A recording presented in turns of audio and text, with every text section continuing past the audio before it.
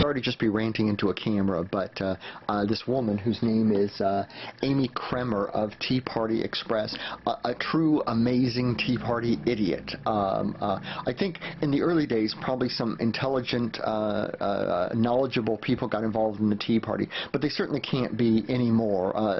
They're all wackos, and I mean, with the Tea Party Express, it's amazing. Listen to what she has to say about the fiscal cliff. Yes, our real focus is reining in this out-of-control spending and getting our debt and deficit under control, living within our means. That is a standard Republican canard, that there's this out-of-control spending.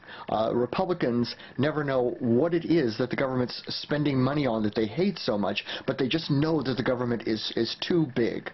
Paul Krugman wrote about this a couple of weeks ago, about how that was why Boehner had nothing to offer in terms of spending cuts, because he doesn't know what he wants to cut. He just knows that the cuts are there, and he wants Obama to reveal them. Anyway, this gets really, really good here coming up, because Kremer is going to say, well, if you want to balance the budget, why don't you just go with a fiscal cliff? It's a great way to do it. Now, look what she says. If we do nothing, if there's no deal in the next few days, and we do nothing in the first few weeks, there's no patch in the first few weeks of the new year, the deficit problem basically solves itself, doesn't it? Well, I mean, we have over $1 trillion deficit every year, over $1 trillion. It's not sustainable. But doesn't, I'm saying if we all of these issues here, with all the Bush taxes going away, with the sequester, with the payroll tax expiring, with the estate tax going up, if we do all of the stuff that the fiscal cliff, fiscal curve, whatever you want to call it, does, the deficit problem is solved.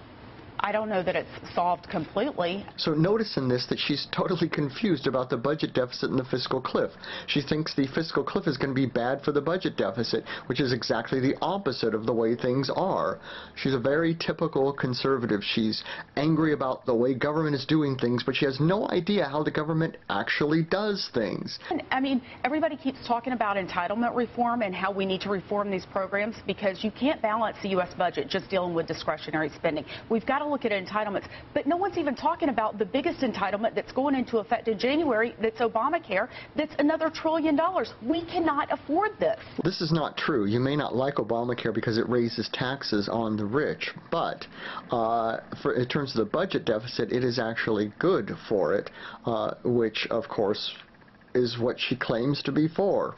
And then she finishes off with the other thing you can depend upon conservatives, and that is to get all weepy and feel sorry for themselves. Everyone's blaming us for everything. It's very, very sad. What we now know is that the Tea Party is going to get blamed no matter what. I mean, the Republican Party, everybody's blaming us for our losses.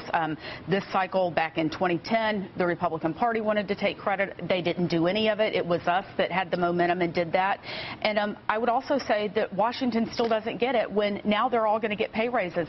I mean, when we're in this major crisis, we're about to go over this fiscal cliff, and they're getting pay raises. It's unacceptable, but we have to do a better job to hold them accountable, because at the end of the day, this is about being American and remaining that shining city on the hill and being that great, prosperous country, and we can't do it with our national debt at over $16 trillion. Again, I'm sorry for the ranting into the camera. I'm working on stuff, but it takes so long, and I wanted to get this out fast. Bye.